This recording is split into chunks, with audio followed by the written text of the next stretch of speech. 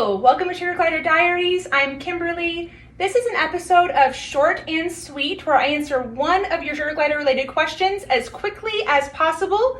I do have many other videos that are more detailed and more elaborate, explain things a lot more better. Not a lot better, just takes a lot more words and it's more thorough. But these are just meant for if you have a quick question and what is the fastest and simplest answer. Short and sweet, just like sugar gliders are short and sweet. Get it? Because they're short, they're small, short, and they're sugar gliders. Sugar is sweet, and sugar gliders are sweet. And okay, today's question: how much do sugar gliders cost? Really exotic colorings can be super expensive. And then if you get a glider that has breeding rights, where you are actually going to become a breeder, you need breeding rights, so you end up paying more for that. But if you're just getting a pet only glider and you're wanting to know how much that's going to cost, I would say an average glider is going to be $200 to $350 a piece.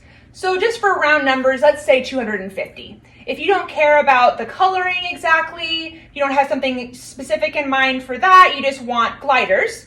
A standard gray glider is going to be somewhere around $200 to $250. Now this depends entirely on the breeder. If you have a small hobby breeder that spends a lot of socialization time with their gliders, they may charge you more for a standard coloring, and that's okay. That's not a bad thing. They're not trying to scam you necessarily. That just means that they spend a lot of time with their gliders.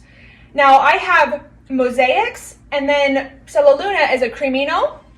And Natiri, my Natiri girl that passed away a couple months ago, she was a white face standard, so the most traditional coloring, and I got a discount on her because I bought two. So sometimes breeders will give you a discount if you buy two at the same time, and sometimes they won't, and that's up to them, and that's okay. So the glider itself, now you can't just get one, so you got to get two. So for round numbers, let's say $500 for the gliders, just the gliders themselves. Hey, sorry, editing Kimberly here. Just one quick note. If you think, oh, I'll save a bunch of money by getting a rehome, you could save money initially, but long term, you're probably going to end up spending more money on vet bills if you get a rehome rather than buying from a reputable breeder. You absolutely could do a rehome. I just wouldn't do a rehome or a rescue situation simply to save money. So rehomes and rescues are amazing. I advocate them. I have done a rehome myself, but my rehome is probably my most expensive glider that I own because of all the medical bills that she had. And yeah, anyway, that's all I had to say about that. Then you're going to need at least a double Critter Nation size cage, which is around $300, including tax, shipping, yada, yada, yada. Then you need a wheel. A wheel is a must. It's not a toy. It is a staple in their cage. They have to have at least one wheel. A wheel is about $50, depending on what vendor you get it from. $50, possibly a little bit more with shipping. Then you have their pouches and their toys. Now, with toys, you can actually do this in a fairly cost-effective way.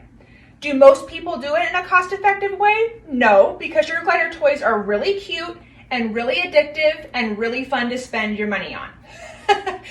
But if you didn't want to spend a lot of money on toys, you wouldn't have to. I have a whole playlist of DIYs on how to make really inexpensive sugar glider toys. I'm also going to be doing more, so keep an eye out for those videos. You could go to the dollar store and get quite a few things that would actually make for a really fun, enriching cage. I would say if you wanted to go on the inexpensive side, you would need to budget about $100 for the pouches and like the basic toys or basic toy supplies if you wanted to make your own. So we have $500 for the glider, $300 for the cage, so that's $800 plus the wheel, which is $50, $850. Now we're at $950, and all we've gotten is the absolute bare minimum necessities. Yeah. So the short answer, because this is short and sweet, is that it's going to be about $1,000, probably realistically more like $1,500, because I haven't talked about water bottles, water silos, emergency kits, a backup hospital cage, the travel carriers, bonding scarves, live mealyworms that you may want to be giving them as treats, food, vitamins, So all of those things, none of those are really high ticket items, but they all add up. So I would say that if you're trying to start to save for a glider, you want to set aside at least $1,500 just right out the gate just to get started. Now, I also want to mention before we're done with this short and sweet video, you also need to have a glider vet fund. You either need to have pet insurance on your gliders, which I will include a video below where another YouTuber talks about pet insurance. I have not opted to do that, but that might be a good fit for you, so I would look into that.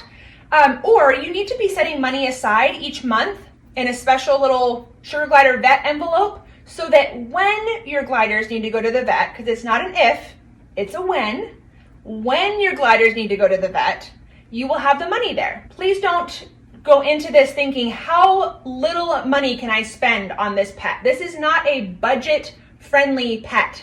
Trust me, it's not. They're addictive. You want to spoil them. You keep wanting to get them new toys. You can't just get them 3 toys and then that's good for the rest of their life.